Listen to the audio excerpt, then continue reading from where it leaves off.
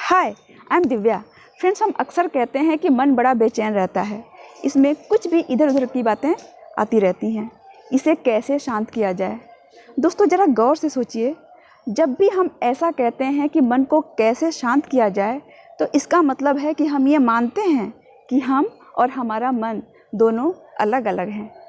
यानी आप अगर वाकई में मन को शांत और कंट्रोल करना चाहते हैं, तो सबसे पहले आपको ये समझना होगा कि हमारा मन हमसे अलग है।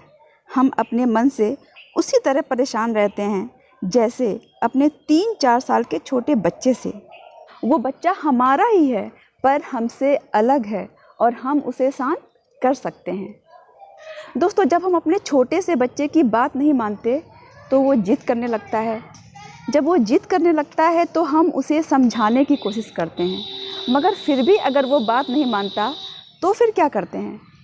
मजबूरी में हमें गुस्सा करना पड़ता है, लेकिन फिर भी बच्चा इतना शोर करता है, चिल्लाता है कि गुस्से में हमारा दिमाग काम करना बंद कर देता है और फिर हम बिना सोचे समझे कुछ ऐसा कर बैठते हैं, लाइक बच्चे को बुरी तरह मार देते हैं, जिसके बाद हमें पछताना पड़ता है।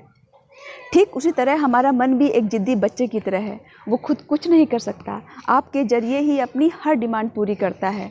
मन में ऐसे ऐसे लालच पैदा करता है जिसकी वजह से हमारी सोचने और समझने की शक्ति पूरी तरह ख़त्म हो जाती है।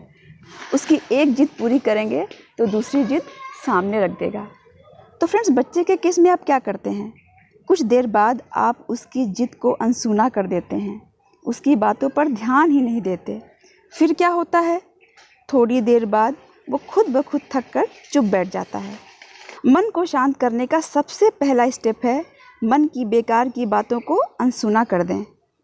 आपको एक आदत का एग्जाम्पल देती हूँ, जो मेरे ख्याल से हर किसी ने लाइफ में कभी न कभी ज़रूर किया होगा, और वो हैबिट है घर का दरवाज़ा बंद करने के बाद पलट कर चेक करना कि वो ठीक से बंद है या नहीं।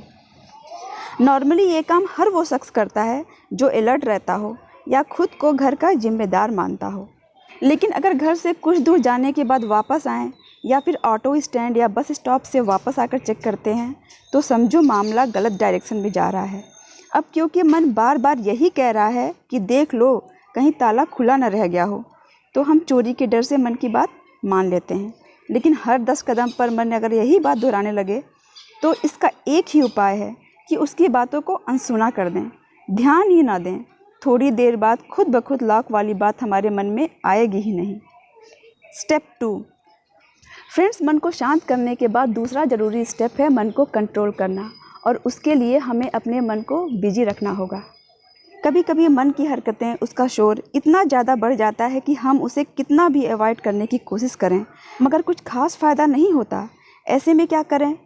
फिर से बच्चे का एग्जाम्पल लेते हैं। भाई, बच्चे के जिद से परेशान होकर हम उसे अवॉइड करने का फ़ैसला करते हैं, लेकिन वो बच्चा इतना शोर करने लगता है कि उसे अवॉइड करना पॉसिबल ही नहीं है।